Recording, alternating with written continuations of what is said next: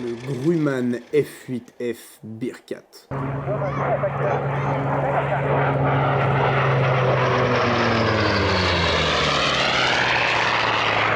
Rien de moins que le chasseur à moteur à piston le plus performant de son époque. Équipé d'un 18 cylindres Pratt & Whitney R2800 développant plus de 2000 chevaux, moteur normalement réservé à des avions bien plus gros. Cette fois, c'est un petit avion de 10,90 m d'envergure qui est construit autour de cet énorme moteur. Ce qui en a fait le chasseur avec la meilleure vitesse ascensionnelle de son époque, pouvant rivaliser avec les premiers jets à réaction.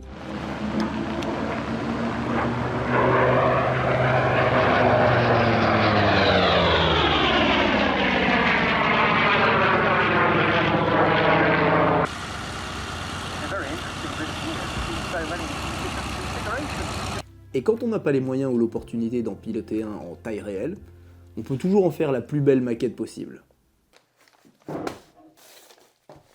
Du coup, en faisant quelques recherches sur le net, j'ai mis la main sur un plan issu d'un kit Marutaka, ça date des années 80, 1,58 m d'envergure, à peu près 1,20 m de long, et il était gratuit, je l'ai téléchargé et je l'ai fait imprimer. Alors déjà, il va falloir déchiffrer le bordel parce que les mesures du genre 5/8 de inch, moi je comprends pas. Je suis européen, moi tu me parles pas d'inch. Moi tu me parles en millimètres, s'il te plaît. Ok les bad boys, je reviens du supermarché, je suis allé faire des courses. Alors on a ici du bois d'arbre, on a des cerveaux pour notre Bearcat, on a bien évidemment le train rentrant avec les jambes amorties, oui monsieur. On a également le moteur 4 temps 20 cm3 Saito FA125A, ainsi qu'un bon paquet d'accessoires avec notamment un pilote casqué, parce que la sécurité est notre priorité. Alors je vous avoue qu'au départ, j'ai pas cherché à comprendre plus que ça, j'ai zioté le plan vite fait et j'ai rapidement découpé les pièces qui étaient fournies d'origine sur le plan Marutaka, puisqu'en fait elles étaient toutes dessinées à la main assez vulgairement sur d'autres feuilles de papier. Puis sans perdre de temps, j'ai commencé à tout découper, cutter pour le balsa de 5 mm et moins, scie à chantourner quand ça devient plus épais, et également scie à chantourner pour le contreplaqué. J'ai même découpé une très large majorité de baguettes directement dans des planches avec cet outil, un coupe-baguette là que vous voyez à l'écran. J'ai acheté ça très récemment et franchement je suis agréablement surpris, ça marche très bien. C'est absolument pas une sponsor pour un coupe-baguette, hein. Vous en achetez un ou pas, ça m'est égal. Alors là, si vous me voyez souffler sur ma pièce comme un candidat de Koh-Lanta qui essaye de faire du feu, c'est normal. C'est pour retirer la poussière, qui sinon m'empêche de bien voir le trait sur lequel je dois découper. Et au final, je me retrouve avec un résultat que voici.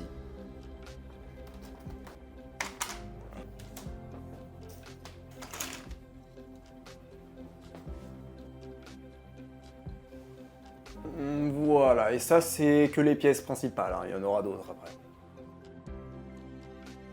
Et nous allons donc commencer cette construction par le stab du Bearcat. Le stab, c'est la partie horizontale à l'arrière, que vous voyez juste ici.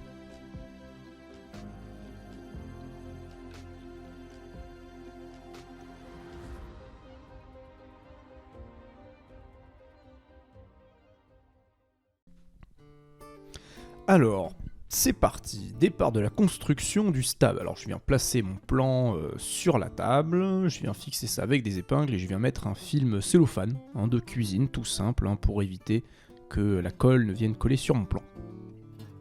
Alors, la conception du stab, qui est donc un stab en volume, avec au centre donc les nervures, le bord d'attaque, le bord de fuite.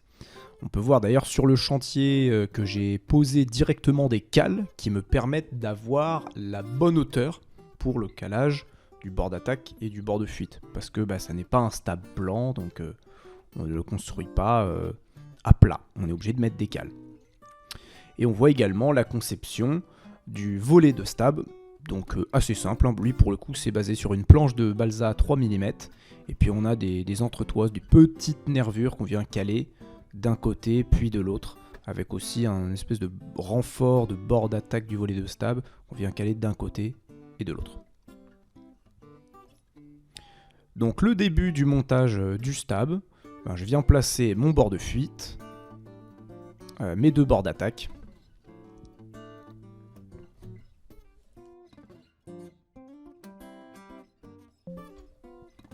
Ensuite, je viens placer les pièces balsa S6 et S7 qui permettent déjà de rigidifier l'ensemble.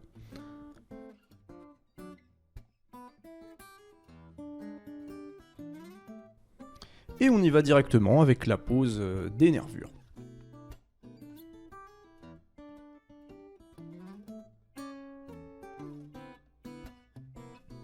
Alors je sais pas si vous avez vu, mais il y a une nouvelle fonctionnalité sur YouTube qui permet de booster les vidéos. C'est à vous en fait de cliquer sur booster et ça va faire que le contenu que vous voyez sera plus recommandé. Voilà, donc si ça vous fait plaisir, n'hésitez pas à liker la vidéo et booster-la. Merci.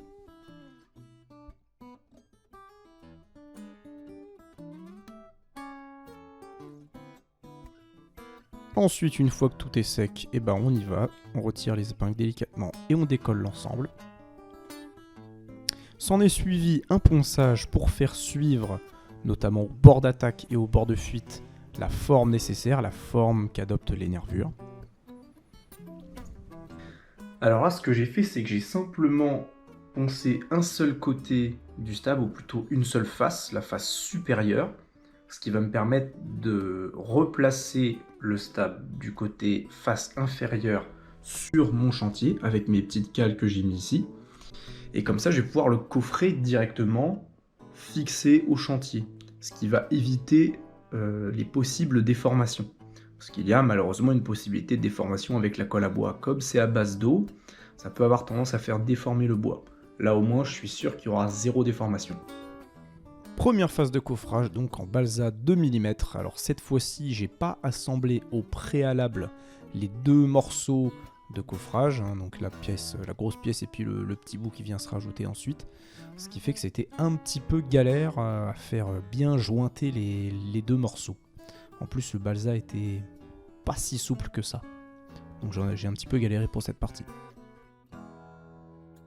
Ensuite, une fois que c'est bien sec, on retire toutes les épingles et on vient retirer la pièce du chantier. Alors ce qui s'est passé, bon, fallait s'y attendre, hein.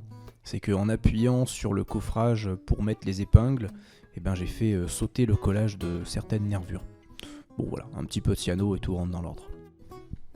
Allez, on recolle les nervures qui s'étaient décollées et on y va. Un bon rabotage et une bonne phase de ponçage s'imposent pour mettre en forme la deuxième face.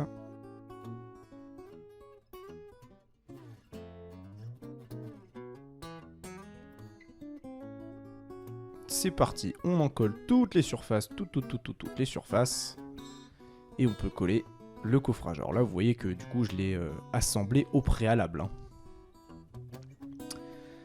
Fixé avec des pinces pour le bord d'attaque, donc comme ça, c'est beaucoup plus facile. Après, je pouvais pas le faire comme ça à la première phase, puisque j'avais le bord d'attaque fixé au chantier.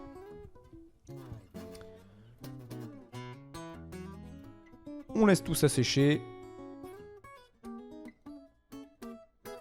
Et notre pièce est prête, à part un ponçage.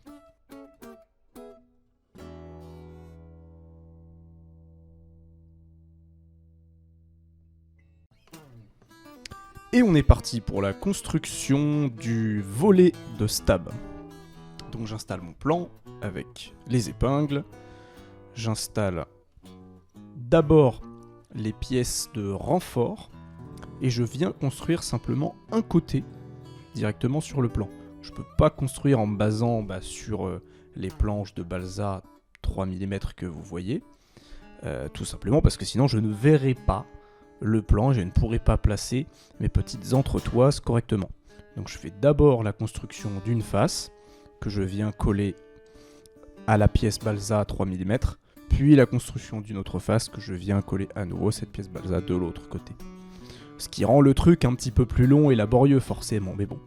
On est bien obligé de faire ça pour pouvoir caler les entretoises correctement.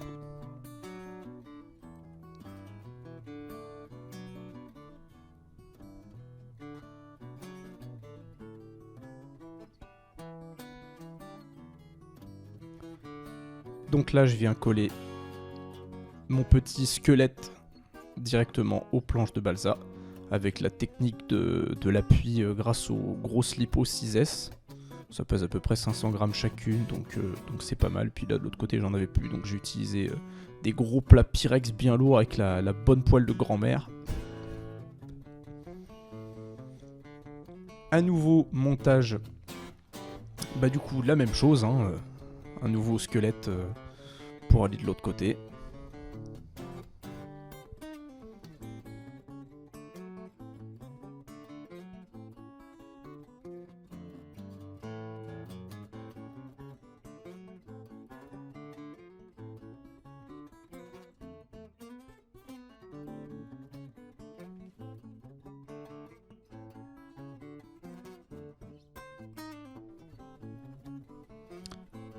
Ici, collage des saumons du stab principal.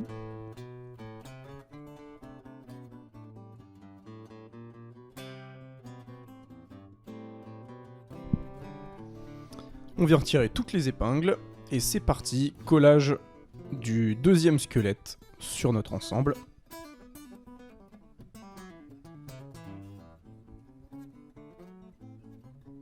Alors là, les collages sont vachement fragiles, hein, donc forcément ça casse assez facilement, donc faut être très précautionneux quand on manipule le squelette une fois qu'on l'a décollé de la table. Et évidemment, la planéité est vraiment critique à cette phase-là, donc déjà il faut être sûr d'avoir fait un squelette bien plat, c'est pour ça qu'on le fixe sur la table en construisant, et en plus, il faut que bien que les entretoises soient en face d'un côté et de l'autre, c'est pour ça que je me penche beaucoup pour vérifier. Hop, on retire le poids et les épingles.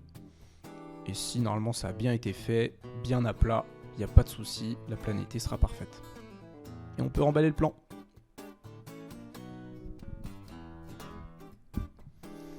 Ensuite, évidemment, s'impose une bonne grosse phase de ponçage. Donc là, il y a du travail.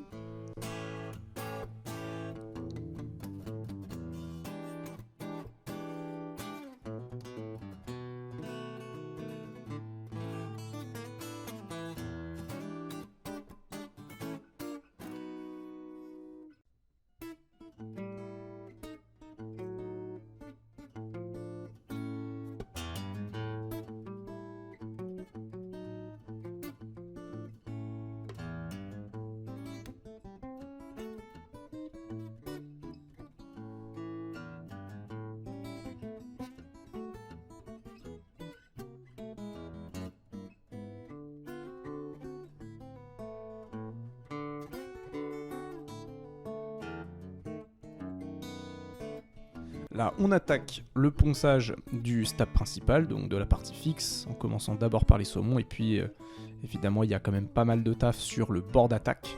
Il faut bien le travailler, sachant qu'il y a une certaine partie d'épaisseur où il y a de la colle entre deux, il y a la colle à bois, donc forcément la phase colle est un petit peu plus solide que le balsa. Donc forcément au ponçage ça donne pas forcément toujours ce qu'on veut, la belle forme arrondie qu'on veut, donc il faut bien le travailler. Et puis après il y aura un petit peu de remplissage à la pâte à bois.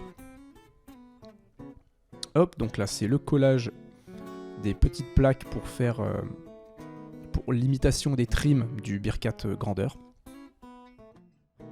Alors,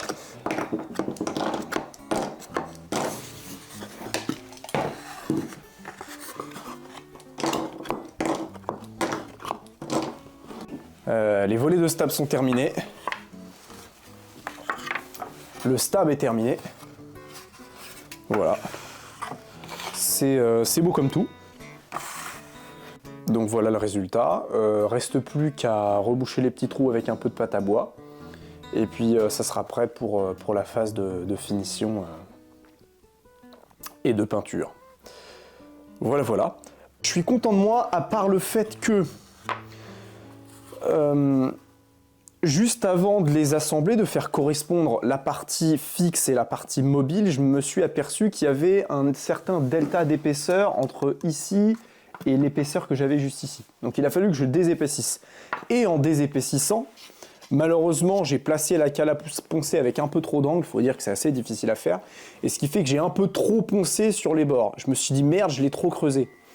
Je sais pas si vous le voyez ici, en gros sur les bords, j'ai un peu trop creusé. Du coup, je me suis dit bon, c'est pas grave, c'est peut-être que esthétique. Du coup, je vais faire pareil de l'autre côté et sur l'autre gouverne. Et je me demande si c'est pas un peu une connerie. Voilà. Bon, après, ça aura peut-être un léger impact sur le vol, mais je pense que ça sera minime. Disons qu'il y a un espèce de creux, quoi. Je sais pas si vous le voyez, ça fait un espèce de... Ça fait une espèce de petite courbe comme ça. Voilà, c'est le seul défaut. À la rigueur, c'est toujours rectifiable, hein. Je pourrais toujours retirer, on va dire, ces 4-5 entretoises comme ça, et les refaire pour qu'elles soient droites comme les autres. Voilà, comme les premières. Et puis ici, la touche finale, la touche du chef, j'ai ajouté des petites bandes de contreplaqué 0,4 pour imiter les espèces de petits trims qu'il y a sur le Beer 4.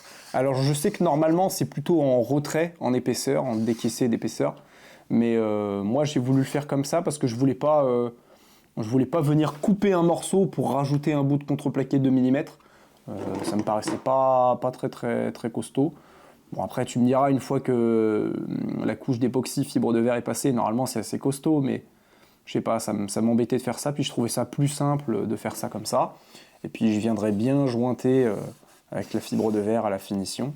Et je pense que ça sera pas mal. Dans tous les cas, ça n'est que esthétique, donc que ce soit légèrement plus épais ou légèrement moins épais, on s'en fiche un peu. L'essentiel, c'est surtout que ce soit plutôt réaliste au visuel, quoi. Et juste de voir qu'il y a un delta d'épaisseur, quoi. Et ben c'était tout pour la première vidéo de la construction du Beer 4. J'espère que vous avez kiffé. N'hésitez surtout pas à me faire vos petites recommandations concernant le moteur, parce que je ne suis absolument pas sûr de garder celui que j'ai actuellement. Il se trouve que j'ai un Saito FA 125A, 20 cm3, mais la tête du moteur est un peu trop grande, et ce qui fait qu'on va avoir les caches culbuteurs qui sortent du capot. Je vais être obligé d'ouvrir le capot que je vais fabriquer.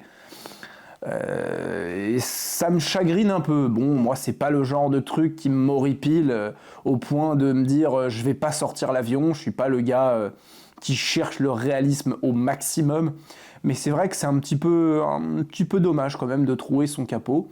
Donc j'ai pensé à l'éventualité d'acheter un OS 95V qui est un peu plus petit, qui fait 15 cm3, et du coup qui lui permettrait de, peut-être en bombant un peu plus de capot, d'arriver à le faire rentrer. C'est pas sûr à 100%. Sinon, il y a une troisième solution qui serait d'acheter un moteur radial, un Saito FA 120 R3. Maintenant, voilà, bonjour les problèmes de fiabilité, bonjour le prix, et bonjour la baisse de puissance, parce que pour la même cylindrée qu'un FA 125A, à peu près 20 cm3, eh bien, il y a 1,5 kg de moins en traction. Un FA 125A, globalement, il tire 5 kg. Le FA 120 R3, il va tirer seulement 3,5 kg.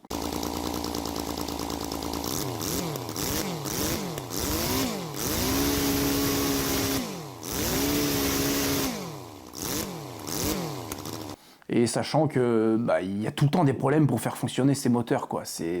Ils sont juste chiants à faire fonctionner apparemment. Alors je m'y connais pas beaucoup, mais de ce que j'ai entendu sur YouTube, c'est que c'est vraiment une galère à bien les faire fonctionner. Donc je voudrais pas passer 1000 ans avant de faire le premier vol juste parce que le moteur fait des siennes, quoi. Ou sinon il y a une quatrième solution qui est celle de la grosse dinguerie. Et la grosse dinguerie, ça serait, j'achète carrément un moteur UMS 735, donc 35 cm3, 7 cylindres, du coup c'est 7 cylindres de 5 cm3 chacun. Et si je dis pas de bêtises, je crois que ça passe sous le capot, parce que ça fait 185 de diamètre. Donc normalement, je crois que ça doit passer tout juste, tout juste.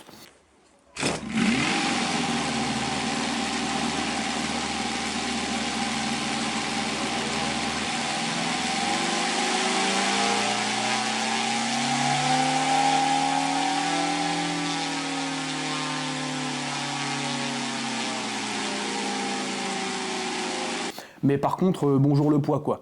Le moteur fait 1,4 kg, donc plus de 2 fois le poids du FA 125A que j'ai actuellement. Et puis je sais pas comment ça fonctionne. Ça se trouve c'est tout aussi casse-couille, si ce n'est plus, que le FA 120 R3 de chez Saito. Voilà, voilà. Merci à tous d'avoir regardé cette vidéo. Ce fut un plaisir de vous partager ce début de construction. On se retrouve très bientôt pour la construction des ailes, ou plutôt de l'aile principale, parce qu'elle est en une seule partie. Voilà. À bientôt les gars.